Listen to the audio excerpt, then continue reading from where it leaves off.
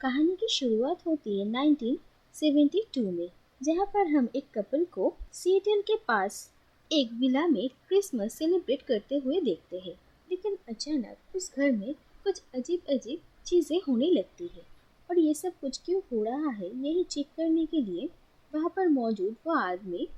Basement की तरफ जाता है। लेकिन उसके बाद ही देखा जाता है कि बेसमेंट में वो आदमी की मर्डर हो चुकी है और उसे क्रूसिफाइड किया गया है। थोड़ी देर बाद जब उस आदमी की वाइफ वहाँ पर आती है तो फिर उसकी भी मर्डर हो जाती है। इसके बाद धीरे धीरे वक्त बीतता जाता है, लेकिन पुलिस इस केस को सॉल्व नहीं कर पाते और सबको ये लगने लगता है कि ये हाउस हॉन्टेड है और गवर्नमेंट की तरफ से इस हाउस को बेचने की भी कोशिश की गई थी और इस घर की इसी बदनामी की वजह से ही 2019 तक इस घर को कोई भी नहीं खरीदता है। लेकिन फिर एक बिजनेसमैन इस घर को खरीदता है और इस घर की मरम्मत किया जाता है। इसके बाद साक्षी नाम की एक लड़की को देखते हैं। साक्षी जन्म से ही सुन और बोल नहीं सकती है। साक्षी अपने फियांसे एंटनी के साथ इस विला पर आती है। दरअसल उसे इस विला के जो पिछले ओनर थे उन्हीं की एक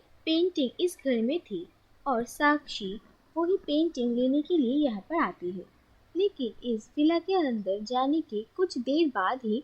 साक्षी खून में लथपथ होकर उस घर से भागकर बाहर आती है और सीधा जंगल की तरफ चली जाती है। वहाँ पर एक कार के साथ उसकी एक्सीडेंट होती है और उस कार के ओनर साक्षी को हॉस्पिटल में एडमिट करते हैं और इसी के बाद इस केस को इन्वेस्टिगेट करने के लिए आते हैं डिटेक्टिव महा और उनके सीनियर कैप्टन रिचर्ड। और वो लोग जब इस विला में आते हैं तो उन्हें बेसमेंट में एंटनी की बॉडी मिलती है। ठीक 40 साल पहले जैसे उस आदमी को क्रूसिफाइड किया गया था, एंटनी की बॉडी भी ठीक वैसे ही थी। और फिर जब एंटनी की बॉडी वहाँ से बाहर लेकर जाया जा रहा था तभी उसी वक्त उसकी जेब से एक चाबी गिर जाती है, लेकिन कोई भी उस चाबी को नोटिस नहीं करता है। इसके बाद महा और रिचर्ड साक्षी से मिलने के लिए हॉस्पिटल आते हैं और साक्षी से मिलने के बाद उन लोगों को ये पता चलता है कि साक्षी सुन नहीं सकती है और बोल भी नहीं सकती है, लेकिन अगर धीरे धीरे बात किया जाए तो वो लिप रीड कर सकती है। और उसके बाद साक्षी से पूछताछ की जाती है और साक्षी इशारों इशारों में अपने बारे में उन लोगों को सब कुछ बताती है। दरअसल कुछ दिनों पहले ही साक्षी और एंटनी की एंगेजमेंट हुई थी और उसके बाद वो लोग एक वेकेशन पे गए थे और वहां से लौटते वक्त ही वो लोग इस विला में साक्षी की इस इम्पोर्टेंट पेंटिंग को लेने के लिए आए थे और उसके बाद ही ये हादसा हो गया। उसके बाद साक्षी से मिलने के लिए हॉस्पिटल में एक और आदमी आता है और उसका नाम होता है विवेक। विवेक साक्षी का अच्छा दोस्त था। इसके बाद डिटेक्टिव महा इस केस को इन्वेस्टिगेट करती है और उसे पता चलता है कि एंटनी की इसके पहले भी शादी हो चुकी थी और उसकी वाइफ ने किसी वजह से सुसाइड कर लिया था। और ऐसे ही छानबीन करते हुए महा को एंटनी और साक्षी की एंगेजमेंट की एक फोटो मिलती है और उस फोटो में महा सोनाली नाम की एक लड़की को देखती है और सोनाली साक्षी की बेस्ट फ्रेंड थी। लेकिन इतना सब कुछ होने के बाद भी सोनाली साक्षी से मिलने नहीं आई, इस बात को लेकर महा को थोड़ा शक होता है। इसके बाद वो लोग इन्वेस्टिगेशन को और भी आगे बढ़ाते हैं। दूसरी तरफ सिएटल से बहुत सारी लड़कियां भी मिसिंग हो रही थी और पुलिस को उन लोगों का कोई भी सुराग नहीं मिला था और ऊपर से एंटनी के ऐसे डेथ के बाद पुलिस और भी ज्यादा चौकन्नी हो जाती है और इस केस को बहुत ही सीरियसली लेती है और इसके बाद साक्षी से और भी ज्यादा पूछताछ की जाती है और महा साक्षी से पूछती है कि उसकी फ्रेंड सोनाली उससे मिलने क्यों नहीं आई। और फिर साक्षी कहती है कि जिस दिन उसकी और एंटनी की एंगेजमेंट हुई थी और उसके अगले दिन से ही सोनाली भी मिसिंग थी और अब तक उसका कोई भी पता नहीं चला है। और उसके बाद साक्षी को उसकी जिंदगी के बारे में भी सब कुछ बताना पड़ता है। दरअसल साक्षी एक ऑर्फन है और वो जिस ऑर्फनेज में बड़ी हुई है वहाँ पर ही उसकी मुलाकात सोनाली से हुई थी और वो दोनों बहुत अच्छे दोस्त बन गए थे और साक्षी एक बहुत ही अच्छी पेंटर थी। इसके बाद एक दिन साक्षी को यह ऑफर आता है कि सिएटल के एक आर्ट गैलरी में उसकी पेंटिंग की एग्जीबिशन होगी और इसके बाद साक्षी इस ऑफर को एक्सेप्ट करती है और इसीलिए उसे सिएटल आना पड़ता है। लेकिन सोनाली इस बात के लिए राजी नहीं होती है और वो साक्षी को जाने भी नहीं देना चाहती थी। लेकिन साक्षी सिएटल आना चाहती थी और वो आने से पहले सोनाली से ये प्रॉमिस करती है कि जब वो सिएटल में सेटल हो जाएगी उसके बाद वो सोनाली को भी अपने साथ रहने के लिए बुला लेगी। और इसके बाद जब साक्षी सिएटल आती है तो उसे आर्ट गैलरी में उसकी मुलाकात होती है विवेक से, और विवेक एक फोटोग्राफर था। और उसी के बाद इसी आर्ट गैलरी में एंटनी स्पेशल गेस्ट बनकर आते हैं और साक्षी के पेंटिंग्स देखकर एंटनी को काफ़ी अच्छा लगता है। और एंटनी को जब ये पता चलता है कि साक्षी गूंगी और बहरी है तो उसका साक्षी के ऊपर सिंपैथी और भी ज़्यादा बढ़ जाती है और वो उसकी पेंटिंग्स के लिए एक बहुत बड़ा अमाउंट पे करता है। दरअसल एंटनी एक फेमस सेलो प्लेयर था और इसके बाद एंटनी अपने एक कंसर्ट में साक्षी को इनवाइट भी करता है। इसके बाद साक्षी एंटनी के कंसर्ट में आती है। वो उसके म्यूजिक को सुन तो नहीं सकती थी, लेकिन साक्षी पास के ही दीवारों को टच करके इस म्यूजिक को महसूस करने की कोशिश करती है और उसे ये काफ़ी अच्छा लगता है। उसके बाद वो एंटनी की म्यूजिक की काफ़ी तारीफ भी करती है और फिर इन दोनों के बीच एक डील होती है जहाँ पर साक्षी एंटनी को पेंटिंग सिखाएगी और एंटनी साक्षी को वायलिन बजाना सिखाएगा। और इसके बाद ही वो दोनों धीरे धीरे एक दूसरे को पसंद करने लगते हैं और उन दोनों की एंगेजमेंट हो जाती है। और इसी बीच सोनाली भी साक्षी के साथ रहने के लिए आ जाती है और वो भी इन दोनों के एंगेजमेंट में मौजूद थी। लेकिन इन दोनों के एंगेजमेंट होने के तुरंत बाद ही सोनाली भी मिसिंग हो जाती है और उसका कुछ भी पता नहीं चलता। इस बात से साक्षी बहुत ही परेशान थी और इसके बाद एंटनी साक्षी को खुश करने के लिए उसे वेकेशन पर लेकर जाता है और वहीं से ही लौटते वक्त वो लोग उस विला में जाते हैं और फिर ये हादसा होता है और ये पर साक्षी की कहानी खत्म होती है। इसके बाद महा सोनाली के बारे में पता करने के लिए साक्षी और सोनाली जिस ऑर्फेनेज में रहती थी वहाँ पर जाती है और वहाँ पर जाकर महा को ये पता चलता है कि सोनाली साक्षी को लेकर काफ़ी पॉजिटिव थी और उसका साक्षी के अलावा और कोई फ्रेंड भी नहीं था। और महा को ये भी पता चलता है कि एक बार एक लड़के ने साक्षी को डेट पर जाने के लिए कहा था और सोनाली को ये बात बिल्कुल भी अच्छी नहीं लगी थी, इसीलिए सोनाली ने उस लड़के को जख्मी कर दिया था और इसके वजह से सोनाली को 1 महीने की जेल भी हुई थी। और फिर महा को ये लगने लगता है कि शायद सोनाली ही एंटनी की मौत के पीछे है और वो अपने मिसिंग होने का नाटक कर रही है। इसके बाद महा वापस लौटकर साक्षी से मिलने के लिए उसके घर में जाती है और वो जब वहाँ पर पहुँचती है तो वहाँ पर एक अनजान इंसान को चोरी छुपे उसके घर में घुसते हुए देखती है और महा उस आदमी को पकड़ने के लिए उसका पीछा करती है, लेकिन वो आदमी वहाँ से भाग जाता है। तब तक रिचर्ड भी वहाँ पर पहुँच चुका था और उसे साक्षी पर शक था, इसीलिए वो साक्षी के कार में एक ट्रैकर लगा देता है और साक्षी को फिर से उसी हॉन्टेड हाउस में बुलाया जाता है वहाँ पर क्या क्या हुआ था वो बात एक और बार जानने के लिए। और वहाँ पर आने के बाद साक्षी पुलिस को फिर से उस इंसिडेंट के बारे में डिटेल में बताने लगती है। इसके बाद उसी बेसमेंट में टॉम नाम के एक पुलिस ऑफिसर को एंटनी के जेब से गिरी हुई वही चाबी मिलती है और वो इस चाबी को लेकर जाकर रिचर्ड को दे देता है, लेकिन उल्टा रिचर्ड टॉम को वहीं पर ही मार देता है और उसकी लाश को खिड़की से नीचे फेंक देता है। लेकिन उसके बाद महा को टॉम के पास ही एक दूसरे इंसान के बटन मिलता है और महा वहाँ पर मौजूद हर इंसान के कपड़े को देखने लगती है कि किसके साथ ये बटन मैच करता है और उसके बाद ही महा की नज़र रिचर्ड पर पड़ती है और वो देखती है कि रिचर्ड के कोट का बटन इस बटन से मैच करती है और रिचर्ड के कोट का एक बटन मिसिंग भी है। और उसके बाद जिस दिन पुलिस ऑफिसर टॉम का फ्यूनरल चल रहा था और सारे पुलिस ऑफिसर्स बाहर मौजूद थे, उस वक्त महा रिचर्ड के केबिन में जाती है और वहाँ पर छानबीन करने लगती है और फिर महा को एंटनी का वही चाबी मिलता है। लेकिन थोड़ी देर में वहाँ पर रिचर्ड भी आ जाता है और महा वहाँ पर एक कबर्ड में छुप जाती है महा को रिचर्ड पर शक होता है, इसीलिए वो इसके बाद रिचर्ड का पीछा करने लगती है। और फिर महा देखती है कि रिचर्ड एक फार्म हाउस में आया है और महा भी उसका पीछा करते हुए उस फार्म हाउस के अंदर पहुंचती है और महा को पता चलता है कि ये फार्म हाउस एंटनी का है। रिचर्ड दरअसल इस फार्म हाउस में कुछ सीसीटीवी फुटेजेस को लेने के लिए आया था, लेकिन यहाँ पर आकर उसे पता चलता है कि वो सीसीटीवी फुटेज मिसिंग है और फिर रिचर्ड वहाँ से चला जाता है। इसके बाद हम उसी अनजान हुडेड इंसान को देखते हैं और पता चलता है कि ये आदमी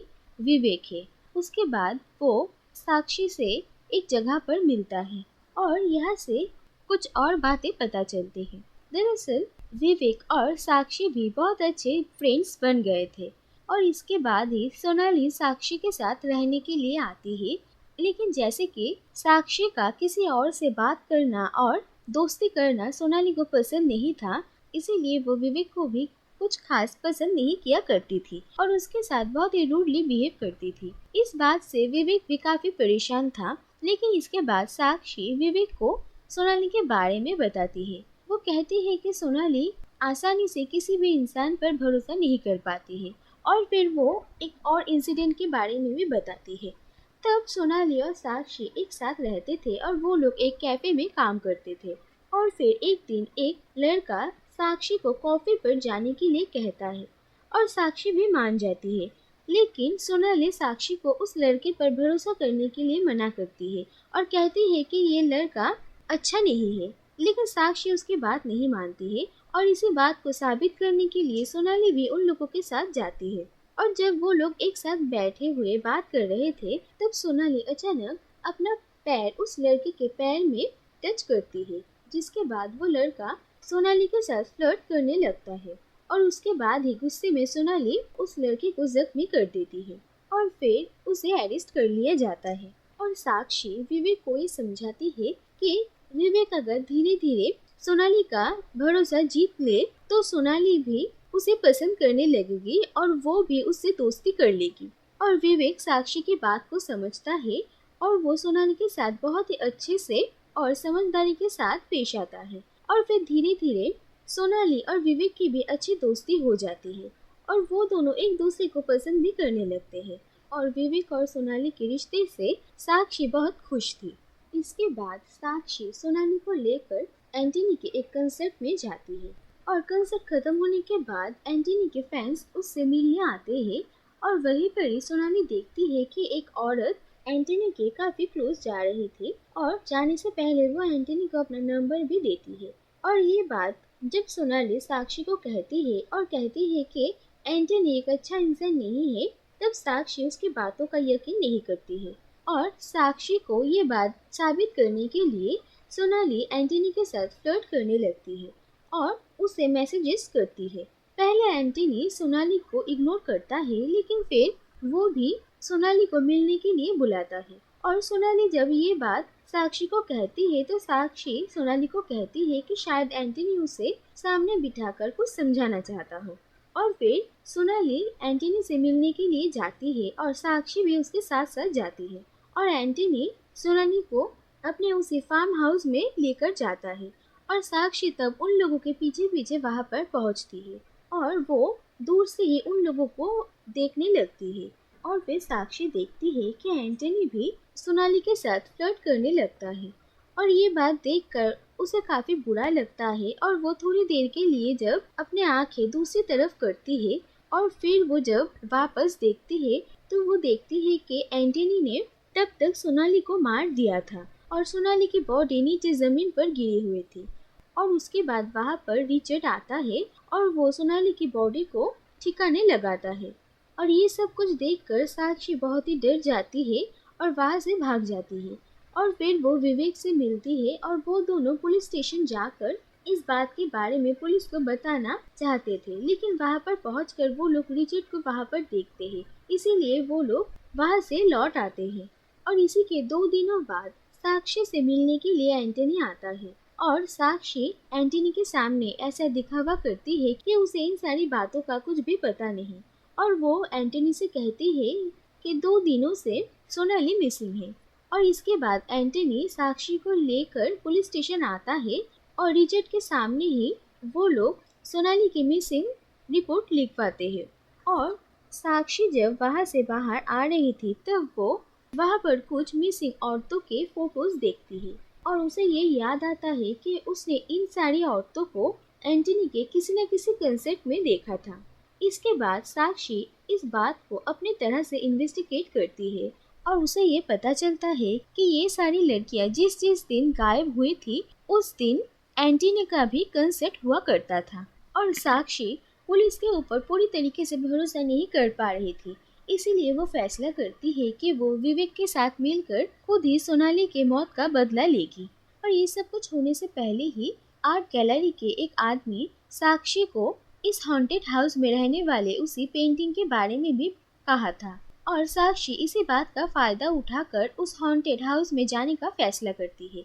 और फिर वो और एंटनी वेकेशन के लिए निकल जाते हैं और आते वक्त उसे हॉन्टेड हाउस में पहुंचते हैं। और उसके बाद जब एंटनी कुछ आवाज़ें सुनकर बेसमेंट में जाता है तो वहाँ पर विवेक आता है और उसे बेहोश कर देता है। और जब एंटनी होश में आता है तो वो दोनों उससे पूछताछ करते हैं कि आखिर एंटनी ने सोनाली को क्यों मारा। इसके बाद एंटनी अपनी एक कहानी उन लोगों को बताता है। वो कहता है कि उसकी वाइफ उसे धोखा दिया करती थी और एक दिन एक मोटेल में जाकर वो अपनी वाइफ को किसी और आदमी के साथ देखता है और गुस्से में वो उन दोनों को ही मार डालता है। और थोड़ी देर बाद उसी रूम में रिचर्ड भी पहुंचता है और वो जब ये हादसा देखता है तब वो एंटनी को कहता है कि उसकी भी वाइफ इसी मोटेल में मौजूद है और वो भी उसे धोखा दे रही थी। इसीलिए रिचर्ड एंटनी को अपनी वाइफ को भी मार डालने के लिए कहता है और एंटनी रिचर्ड के कहने के मुताबिक उसकी वाइफ को भी मार डालता है।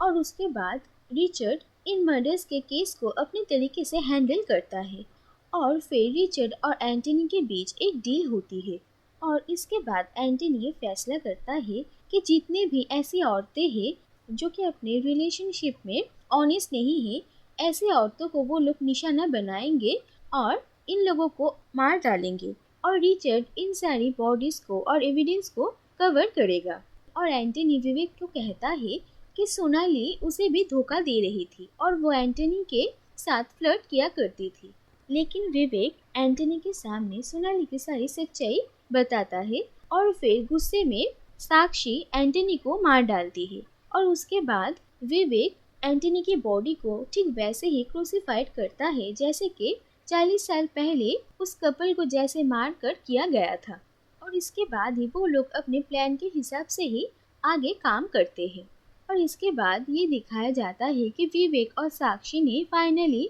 अपना रिवेंज ले लिया है और एंटनी के उस फार्म हाउस से विवेक ने ही वो सारी सीसीटीवी फुटेज चुराया था। और साक्षी और विवेक ये डिसाइड करते हैं कि वो लोग एफबीआई को ये सीसीटीवी फुटेज दे देंगे और जिसकी वजह से रिचर्ड को भी उसकी सज़ा मिल जाएगी। और इसके बाद वो लोग जब अलग अलग इस जगह से निकल रहे थे तभी रिचर्ड विवेक को किडनैप कर लेता है। और इसके बाद रिचर्ड साक्षी को ये कहता है कि अगर उसने सीसीटीवी फुटेज रिचर्ड को नहीं दिया तो वो विवेक को मार डालेगा। और इसके बाद साक्षी को वो एक जगह पर बुलाता है और साक्षी वहाँ पर आती है और रिचर्ड उन लोगों को ही मारने की कोशिश करता है, लेकिन तभी वहाँ पर महा आ जाती है। महा ने पहले ही रिचर्ड के कार में एक ट्रैकर फिट कर दिया था। इसके बाद महा वहाँ पर आकर रिचर्ड को मार डालती है